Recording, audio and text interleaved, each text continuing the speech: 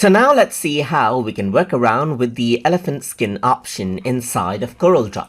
So if I were to go around over here, you can see that I got this particular image right here. If I were to go ahead and click, then this is what you have. So now I'm going to go around under effects and then go around onto texture right here.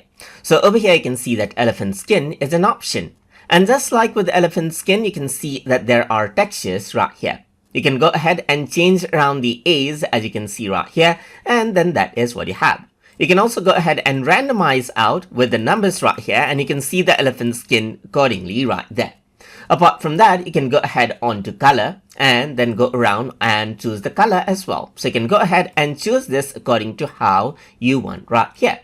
So that is how you can go ahead and work around with the elephant skin effect. You can go ahead and say before and after right here just like this as well. And that is how you can go ahead and work around with the elephant skin texture inside of Corel Draw.